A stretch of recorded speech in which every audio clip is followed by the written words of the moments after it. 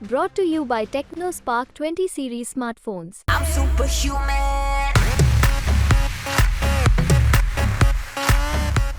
मध्य प्रदेश में 3 चरण का मतदान संपन्न हो गया है। चुनाव सांसद का है, लेकिन प्रतिष्ठा मंत्रियों की दांव पर लगी है।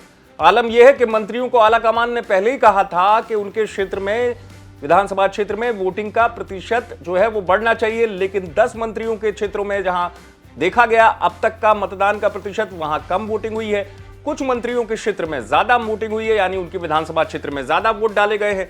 क्योंकि आपको बता दूं कि कम वोटिंग ने बीजेपी आलाकमान की चिंता बढ़ाई और कहा गया कि अमित शाह बीच में जब मध्य प्रदेश आए तो उन्होंने विधायकों से लेकर मंत्रियों को कहा था 2 चरणों की वोटिंग के बाद कि यहां पर प्रतिशत बढ़ना चाहिए और मंत्रियों की जिम्मेदारी है। अब हम इसको ऐसे समझेंगे ग्राफिक्स के जरिए कि किन मंत्रियों के क्षेत्र में कम वोट पड़े हैं और किनके में ज्यादा। तो अगर हम कम वोटिंग वाले मंत्री देखें, जहां पर कम वोट पड़े हैं, उनमें एंदल सिंह कंसाना जो हैं, इनके यहां कम वोट पड़े हैं। प्रदेश के कृषि मंत्री हैं, इनके यहां पिछले विधानसभा चुनाव के मुकाबले एंदल सिंह कंसाना के यहां 19.4% कम वोटिंग हुई है।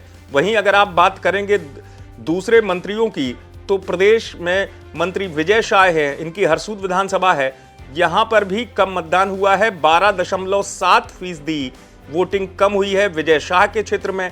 और वहीं अगर आप दूसरे मंत्रियों की बात करेंगे तो ऐसा हाल विश्वास सारंग का भी है, इनके यहां भी जो है कम वोटिंग हुई है। गोविंद राजपूत सुर्खी विधानसभा, यहां बताया गया 75 हुई थी, लेकिन अब 66% हुई है।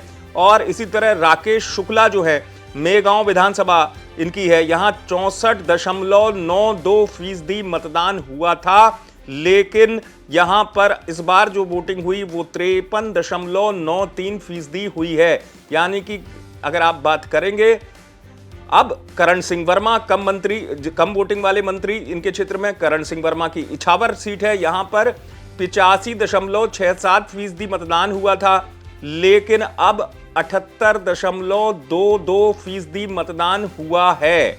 तो ये प्रमुख मंत्री हैं मध्य प्रदेश के, जैसा मैंने आपको बताया, जिनके क्षेत्र में कम वोटिंग हुई है और सब बड़े चेहरे हैं इनमें, जहां पर वोट कम डाले गए हैं। मंत्रियों के नाम आपको बताएं। और जो कुछ मंत्री हैं वहां पर मतदान कम रहा। एक और मंत्री नारायण सिंह कुशवाहा, उनके ग्वालियर दक्षिण में 63.77% मतदान हुआ, जो इस बार लोकसभा में 61 तक आ गया। अब आपको बात करेंगे हम किन मंत्रियों की सीट पर या विधानसभा क्षेत्र में सुधार हुआ है। इसमें कृष्णा गौर निकली हैं आगे, इनकी मतदान फीसदी सुधरी। 2023 में जब विधानसभा चुनाव हुए थे तो यहां 63.13% वोट पड़े थे और लोकसभा चुनाव में 72.82% वोट डाले गए।